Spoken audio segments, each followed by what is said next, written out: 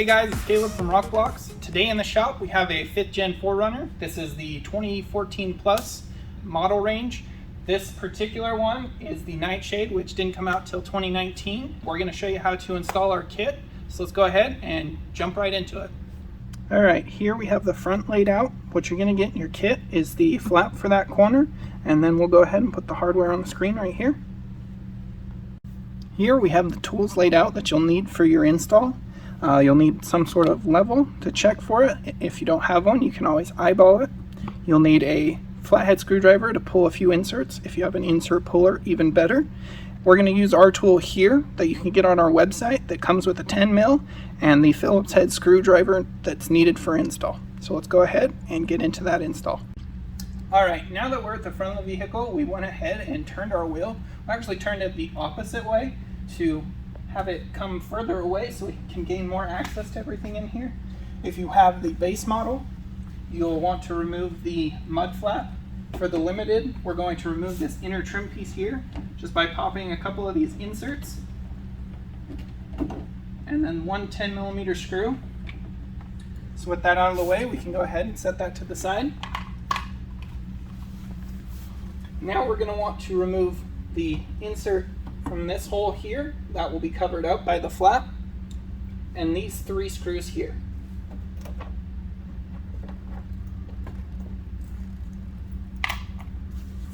Alright, now that we've got all the hardware removed, we can begin mounting. What we're going to do is we're going to start with the bottom hole here, and we're just going to take our 3/4 inch screw with the washer.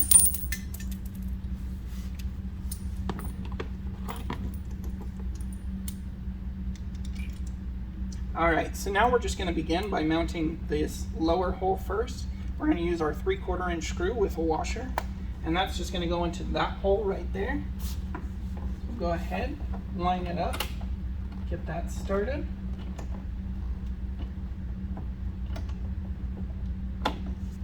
Next hole up, we're going to use the 1-inch screw with a washer on both sides of the flap.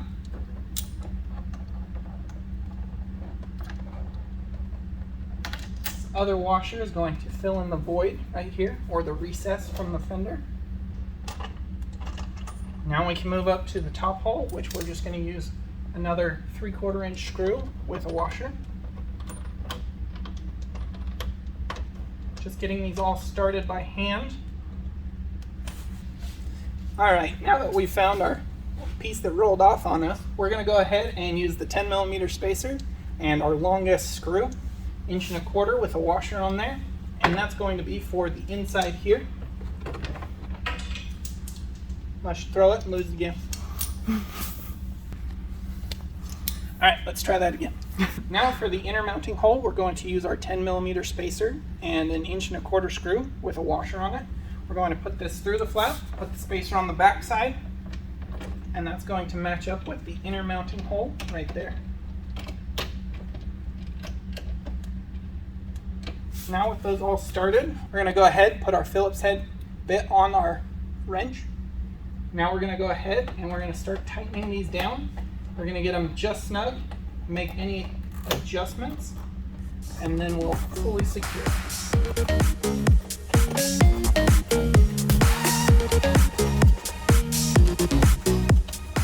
Alright, now that we've got that lightly snugged up, we're going to check with our level. Also make sure it looks good to the eye. Just adjust it ever so slightly. Once we get it to where we want it, we're going to go ahead now and we're going to lock all those down.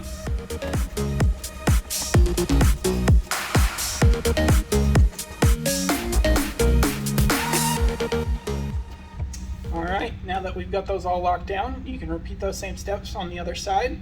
Now let's go ahead and jump to the rear.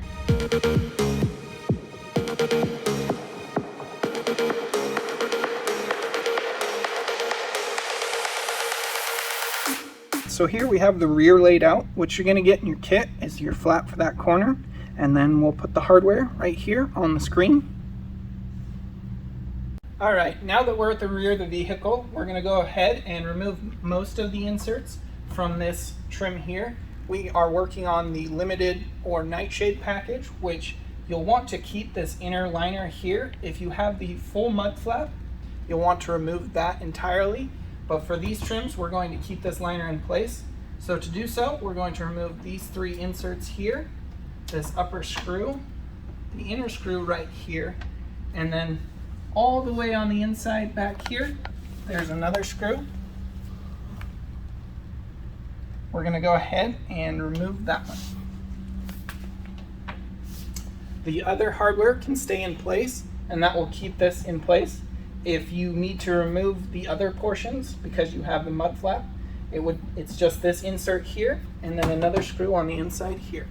So now that we've got that taken care of, we're going to go ahead and pull it a little bit out of our way, and we're going to take our clips and place those over the mounting holes here and the one down here.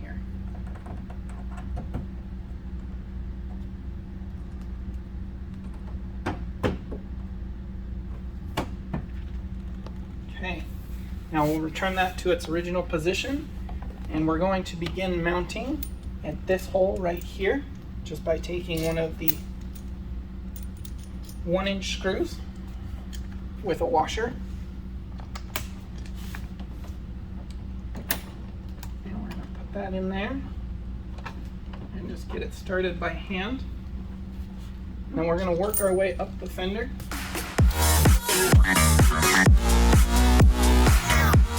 Using a 1-inch screw for here, here, and here. This upper hole, we're going to use a 3/4 inch screw with a washer, and that's just going to go into the OEM insert that's there. And then for the inner mounting point here and the bottom mounting point there, we're going to use 1.25" screws with 10mm spacers behind them.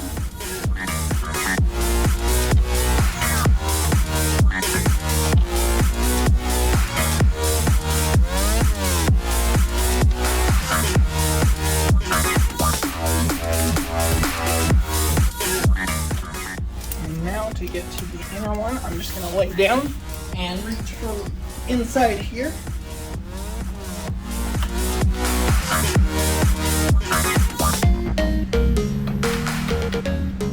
And that's also going to go right back into the OEM insert that's right there. Go ahead and get that started.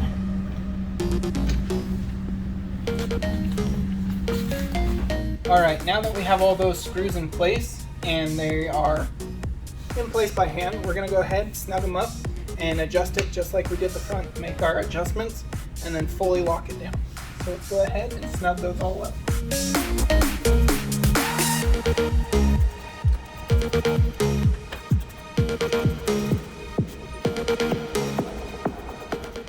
Alright, now that that's snugged up, we're going to check it with our level, and also make sure that it looks good to the eye.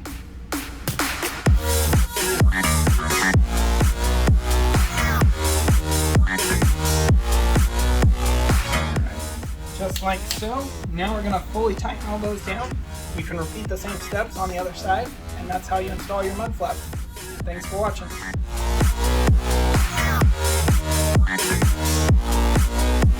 Hey guys, here we are at the rear. We just got through installing it. Just a few key things to point out with the limited or nightshade trims. We've been getting a lot of messages and emails talking about the gap. When it comes to these flaps, you need to keep this OEM trim in here, so that way there isn't a large gap here. Once you do that, it's very, very minimal, and then it sits nice and flush, looks really good, hides your inserts. So remember, on limited and nightshade, make sure that you put your trim back in.